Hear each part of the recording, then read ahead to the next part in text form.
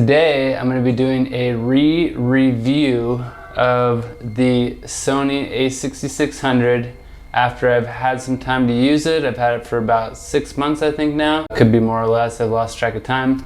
But I'm going to tell you what I like about it and what I don't like about it.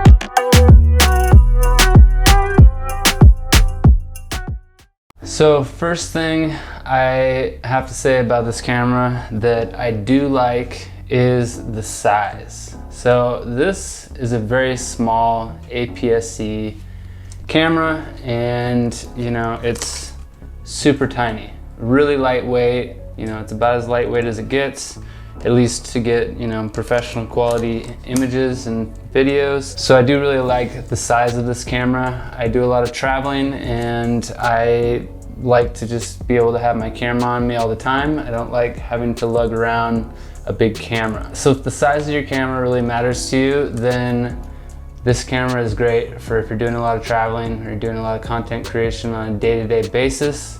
This is a great camera for that. That's actually what I bought this camera originally for, was to be my dedicated YouTube camera. The camera I'm shooting on right now is a OG A7S.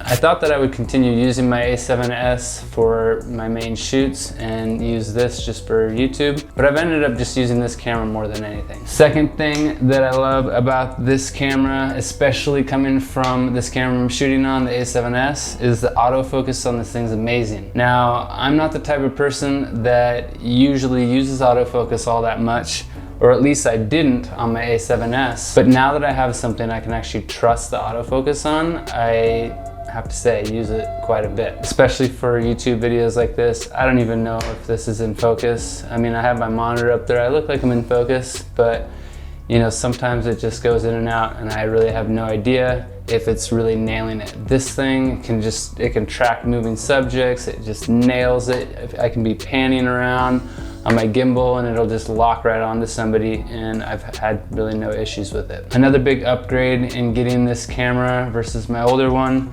is if you've had an older Sony, you know that there was these strange color casts, like kind of a greenish tint. Some people say magenta, but I feel like mine's always been a greenish tint. And you can definitely color correct for it, but it's just more work for you in the end. This thing, the color science, they finally got it down and it looks great. I even sometimes just shoot in like the standard color profile on it and it looks wonderful. So a big reason why you would want to get this camera is if you happen to be a hybrid shooter, so you're shooting both photo and video. This camera does great with both. I mean, it is an aps-c crop sensor camera, so it's not going to be quite as good as a full frame, specifically with different lenses and getting that really crazy depth of field like you might on a full frame camera. I think I will in the next episode or one of the next episodes do a comparison of my A7S versus my A6600. The A7S is a full frame, and just see if it really looks that much different. I mean, I know on some lenses like this lens, which I've talked about before, this is the vintage Canon FD 50mm 1.4. and I love this lens. This lens, I have a feeling will definitely look a lot better on my full frame. It's a full frame lens, so it makes sense. There's a crop. If I use this on my A6600, it turns into, I believe, a 75mm.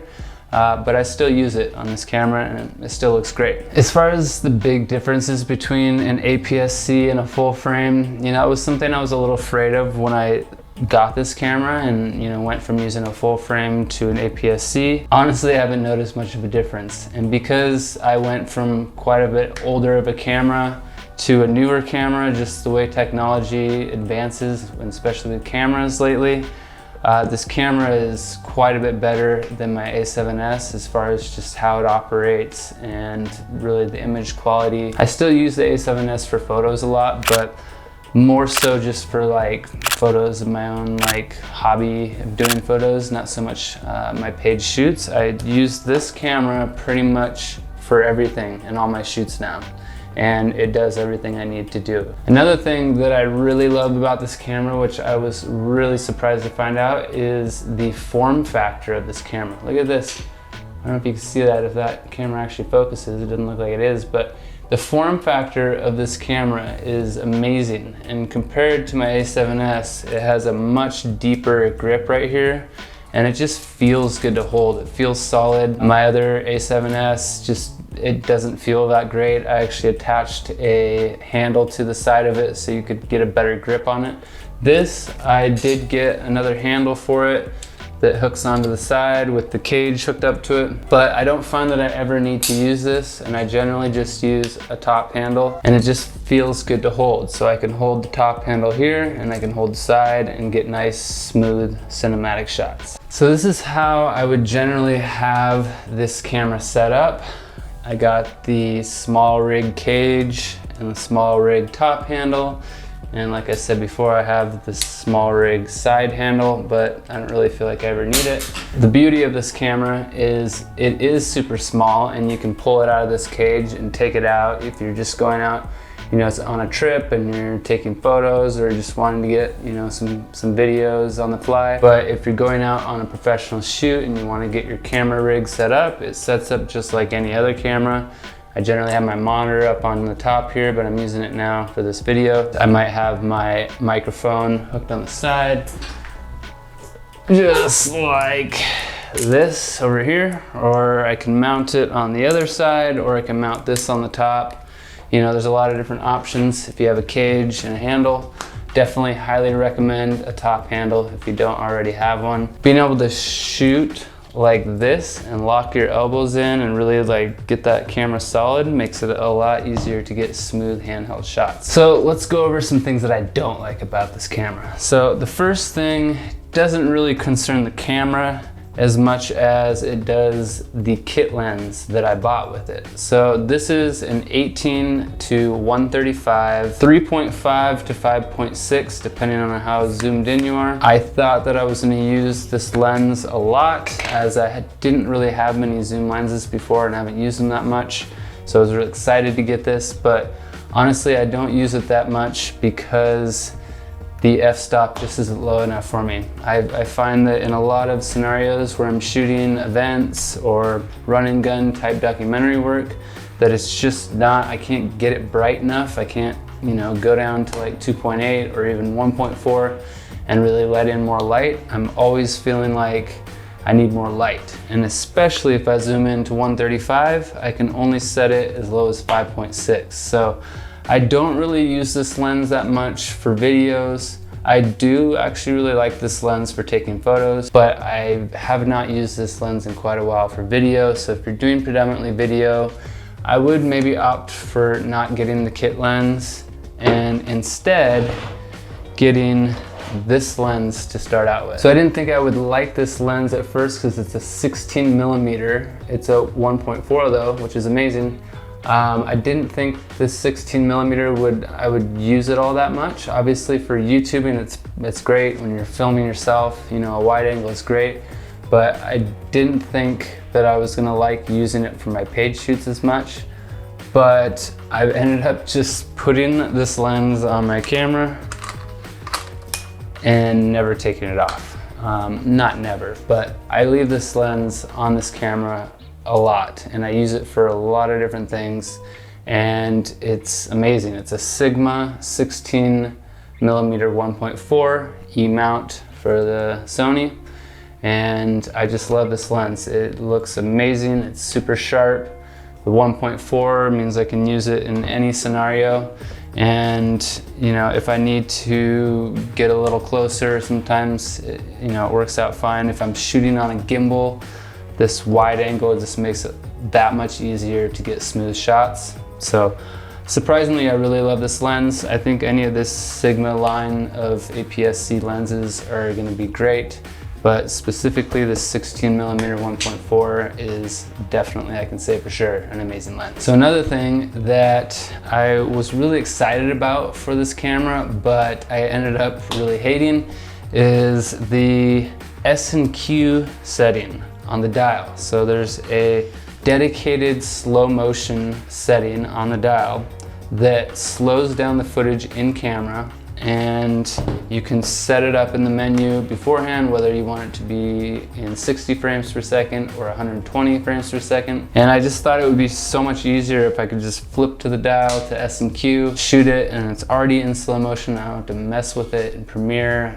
slowing it down by 40% or interpreting the footage or anything like that. So I was using it a bunch at first, and it was great too to be able to view the video back right away in slow motion, be able to show clients and all that. But here's the bad news about it. I knew it was too good to be true on this camera, but unfortunately I found out the hard way that when you shoot in S&Q on this camera, it shoots at a significantly lower bit rate. I don't remember exactly what the bit rate is that it shoots at, but that basically means that when you shoot in S&Q, the quality is kind of terrible. And I've had a few shoots that I really feel bad about the footage that came out, because some of the footage that I shot in 4K 24 was amazing and looked perfect, and then all my slow motion footage just looked noisy and grainy and just kind of terrible. But they were shots that I kind of needed to use in the final video.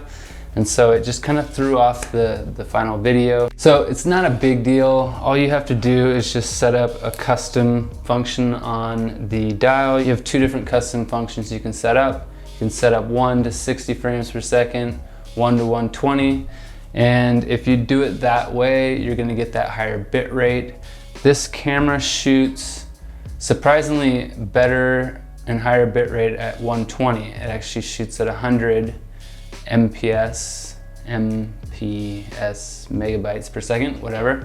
Whereas it only shoots 50 in 60 frames per second. So the quality is gonna actually be better shooting at 120, but 50 is okay, and I tend to like using 60 frames per second more than I do 120, unless I'm shooting something with a lot of movement. But once you have that all set up, it's totally fine. I just kind of wish that I could still view it back in the viewfinder in slow motion. That was pretty fun for the time that I was shooting with S&Q.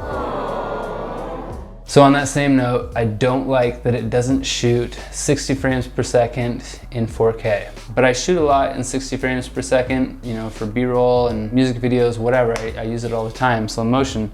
And I just hate that I've gotten now used to shooting in 4K all the time, and that I have to go back to HD. I feel like I'm like stepping back in time. I know it's not that big of a deal, but I can tell in the final product the difference between the two, and it kind of just bothers me. I end up having to sharpen my slow motion footage a little bit to kind of match the 4K. I usually add like 20 or 25 to the sharpening and try to get it to match up a little bit better, but I just really wish, I feel like they could have totally done that. I mean, they have now 60 frames per second in 4K on like GoPros and stuff. Like, it seems like it should be on this camera that's way more expensive than one of those. Lastly, things I don't like about this camera is the flip-up screen. So you can't even see it right now because it's this handle on the top, but that's what I'm saying is it just flips up. It doesn't flip out. See that? It's kind of weird. It works for being able to see what you're doing if you're shooting yourself, but it actually gets blocked partially by the viewfinder. And so you're only really kind of seeing the top of the screen, or actually the bottom of the screen. And I really don't know why they didn't just make a flip out screen. I was really excited to at least get something that I could see myself with for when I'm doing YouTube videos, but honestly I've ended up just using my monitor instead of that because it's just kind of a pain and I can't see myself that well. So that's something I really wish it was a flip out screen. So who is this camera for? Like I said before, if you are a content creator, if you are a hybrid shooter, you shoot photos and video and sometimes the same shoots, and you travel a lot and you want something small, sometimes you don't want your camera all rigged out and you just want to grab a super small camera, this could just be your all-around camera. It works for everything. I use this on big page shoots, I use this on my YouTube channel, and I use this when I'm just like roaming the streets and taking some photos, or going on a trip and getting some beautiful travel videos. So it's kind of an all-around camera. And with the price point, I think it's on sale right now for like 1,200 bucks for just the body, or like 15 or 1600 for the kit.